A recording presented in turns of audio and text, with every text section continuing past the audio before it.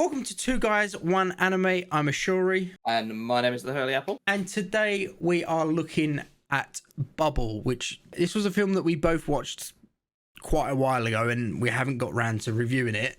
So we're deciding to do it now. We're late to the party, but it was a film that we watched it pretty much came out in its first week or 2 weeks, I want to say, and we both watched it, which was weird. Yes. Especially you, because you're not much of a film anime watcher. No, I tend to watch series more than film. So the fact that I've pretty much watched this within the first couple of weeks of it releasing should tell you a little bit. Yeah. Yeah, but it looked really good. We're going to go over the generic stuff about the film and then overview of what the film's about. And then we'll give you our thoughts and feelings on it.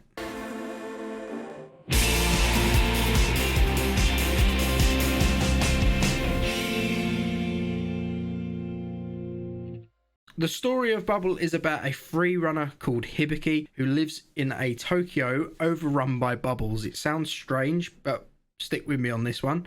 That makes Tokyo uninhabitable. Parkour teams all across Tokyo battle for goods and food to survive. While trying to climb a destroyed Tokyo tower, Hibiki falls and nearly drowns, but is saved by a mysterious girl with no name.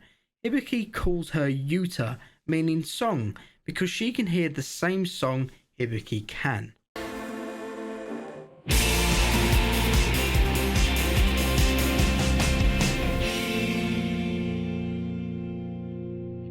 So overall, with Bubble, I've pretty much described it as a captivating and emotional roller coaster filled with a really cool free running concept in pretty much the entire feeling of the film. So as Ashuri mentioned earlier, it's a lot to do with fighting for survival because they're going after food supplies and things like that.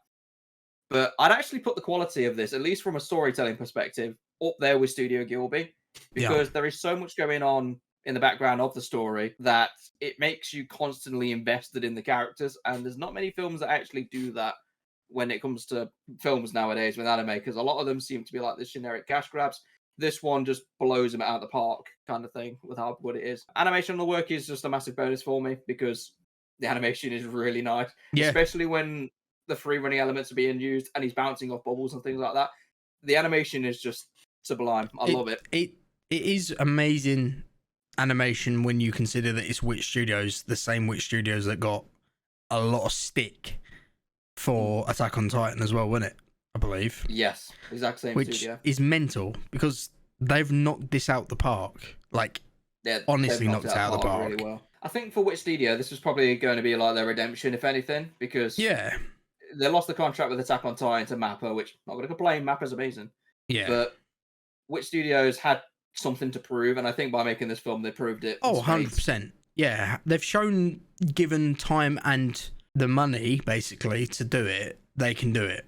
And do it. Yeah, they can knock it out of the park. To a really high standard. Like, they really did surprise. They certainly surprised me, if not, I think, a lot of people with this film. I would even, like, it's going to be a bit of a stretch, probably for you as well. I would actually put it up there with Jujutsu Kaisen Zero in terms of when it comes to animation. It is in its own.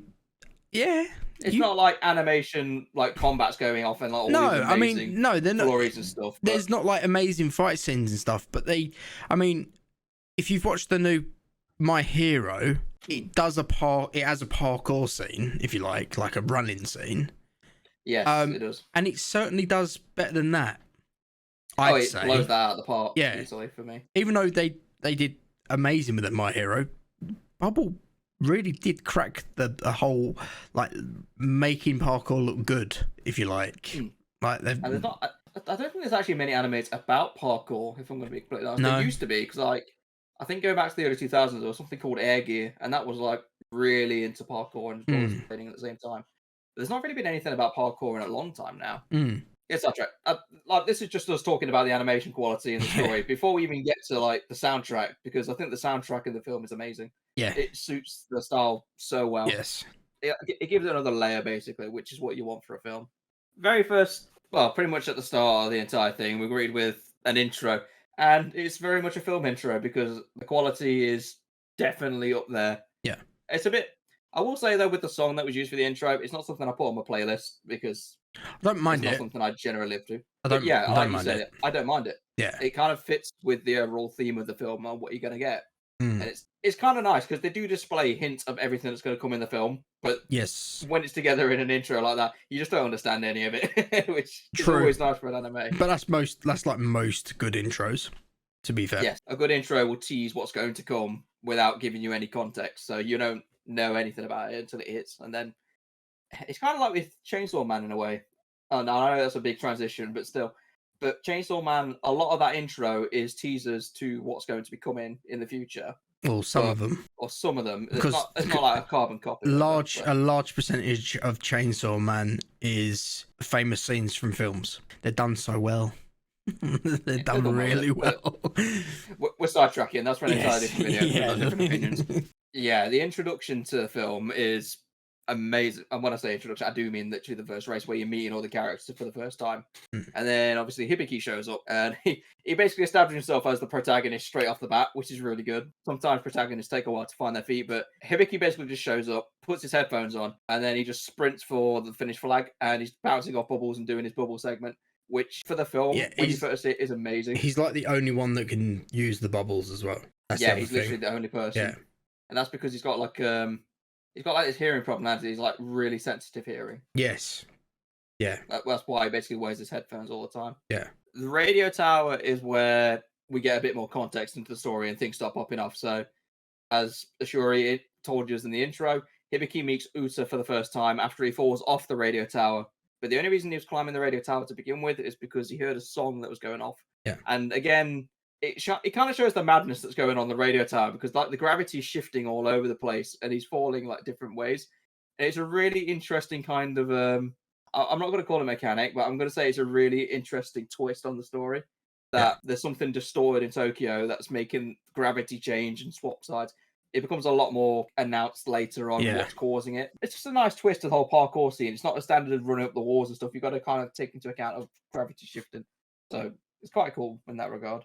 Something else I do want to talk about, actually, though, The Little Mermaid and the numerous references that are made within the film to it. Yeah. Because Uta reads a book on The Little Mermaid off the top of my head. Yes. And she does read a book on it, I think. Or she does read a book on it. It's one of the two. Basically, she kind of establishes that Hibiki becomes the prince, in a way. And it does tie into a lot more later on as we get into it. Another thing that does stick to the actual film itself is an 8-key melody, which is Uta's and Hibiki's song, hence why Hibiki called it Uta. That becomes synonymous throughout the entire film and a really big key into some of the big moments as well, especially later on. Like, off the top of my head, I'm skipping forward quite a bit, but when Uta's doing her first proper race and have to save the scientist woman. Yeah. And basically, when everything seems like it's going to go Pete Tong for the worst way to put it, basically, Hibiki and the other racer, or other free runner, is basically trapped. Uta does a 8-key melody and starts bouncing off and does like this insane jump across like a massive antline pit. It's one of the best bits of the film, 100%. That entire race is amazing. It does actually add like a sense of realism to everything as well, because not only are they racing now, unlike the first one, they're actually trying to kill each other in some scenes. Like, it is literally a fight for survival. Albeit we've skipped out a large portion of the movie. I'm probably not doing it that much of a service, but we're talking about the major plots here. So they basically get jet shoes, which it's in another race. Watch it, you'll understand. Their, I want to say mentor or leader, his name is Shin, basically.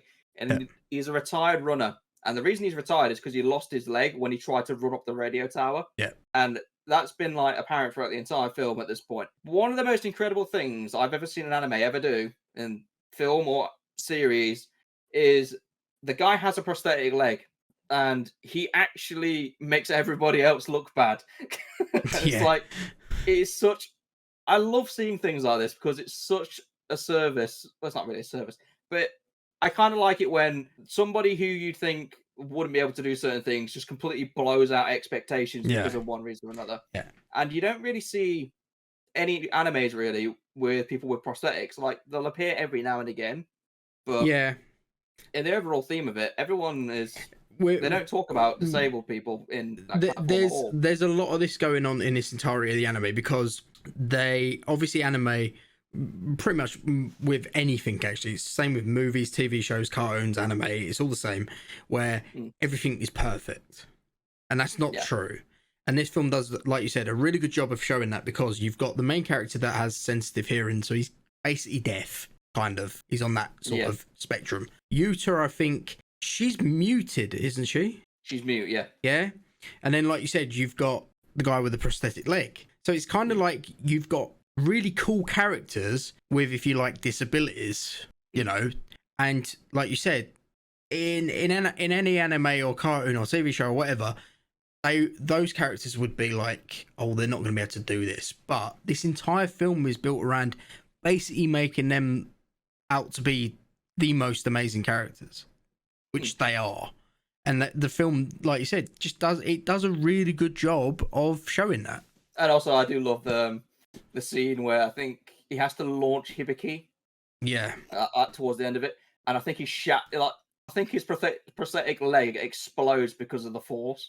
And I know it's not good to, like, his prosthetic leg explodes, but it makes him look so fucking cool when he does it. It's like, it turns him from a character who's like respected as an individual to a complete badass in literally a minute. Yeah. I love it. Yeah. But basically, it skips ahead a bit, and Tokyo's getting rebuilt because something happened. It's really hard not to talk about this, but Tokyo's being rebuilt. It's hard to talk about it. The thing that was there isn't there anymore, for one reason or another.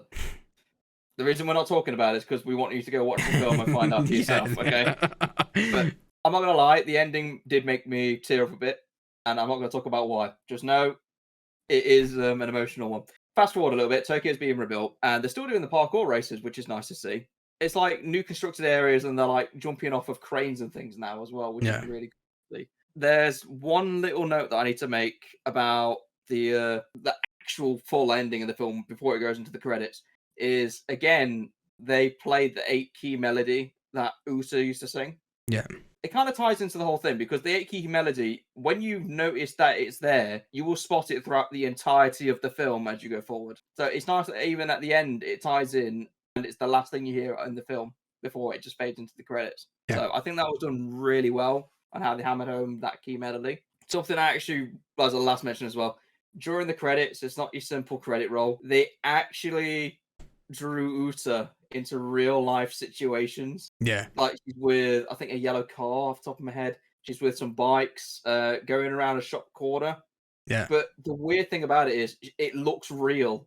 Like, she belongs in those images. It's really strange, but I love it. Yeah. I just think the artist did an amazing job with it. Oh yeah, 100%.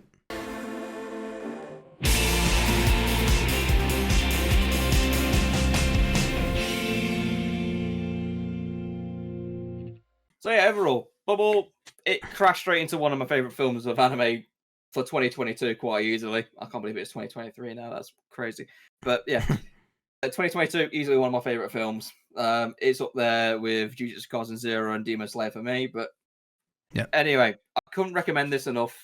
If you're going to watch it, go and watch it. I guarantee you'll love it if you're into the kind of films that aren't exactly action-packed and smashing everything up kind of thing. Yeah. It's just an enjoyable watch, and it will highlight a lot of real-world issues at the same time, but also empower them as characters, which is really cool to see. But it's also got a lot of comedy mixed in. Don't think it's all serious. There's quite a few funny moments in there as well. But yeah, if I were to grade this out of a 10, I would actually give it a strong 8. Okay. And this is comparable to me giving Jujutsu Kaisen 0 a 9 and Mugen Train a 9 as well. Okay. So it's very high up there. Okay. But what would you give it out of a 10 if you were to grade it? My big problem with the film... There is no problem. Shut up. There is. No, there isn't. And this is why I'm grading it 7 out of 10. It's one below mark. That's fine. I feel like it's timing more than anything. And it doesn't take away from... You got to go and watch it. You've got to go and watch it. It's on Netflix. It's still on Netflix. If you have Netflix, please go and watch it. It is very, very good. But Apple's not seen Weathering with You. If you've seen Weathering with You, it is basically a straight copy and paste of Weathering with You, basically. And that's my only problem with the film. But it doesn't mean that it doesn't do it well. It's not a cheap copy of Weathering with You. It is just another copy of Weathering with You. So if you really enjoyed that film, you're probably going to love Bubble, quite honestly, which is a good thing. But that is the only reason why I downgrade it, is because Weathering with You did it first and did it really, really well. And then Bubble came along and it felt like Netflix was just trying to cash in on the idea of the film more than anything. But like you said, I fully agree. You have to go and watch it. Have to. The animation is beautifully made. The music in it is spectacular. The voice acting in Japanese is amazing. I don't think you watched it in English. You watched it in Japanese? No, I watched it in Japanese. Yeah. So we can't talk about the English voice actors, but they probably did a very good job. Go watch it, Netflix, and give us your views down in the comments, because we'd like to know what you think of it. And ratings, because we're curious. Yes, please. But that is our review of Bubble. Please give us a like. We actually enjoy doing these sorts of videos. We would also like recommendations if there's a film that you think that we need to see, or a series. We do series reviews as well. Let us know, and we do actually watch them before making these videos. We don't just make the videos without watching them. We watch them and give our honest thoughts. Genuinely. Yeah, watch them in their entirety as well. Yeah. Not just like 2 episodes and be like, oh, that's what it is. That's it. We watch the entire thing. We watched the entire thing. So, but don't say One Piece or Case Closed, please, because we're not doing that. Or Boku no Pico when I watch that. Yeah, don't do that. Don't do that. Give us something that's like doable. But something that we probably wouldn't have heard of. Yeah, but something that like maybe it's your favorite anime or favorite anime film, and we'll definitely check it out. But until next time, goodbye. Goodbye.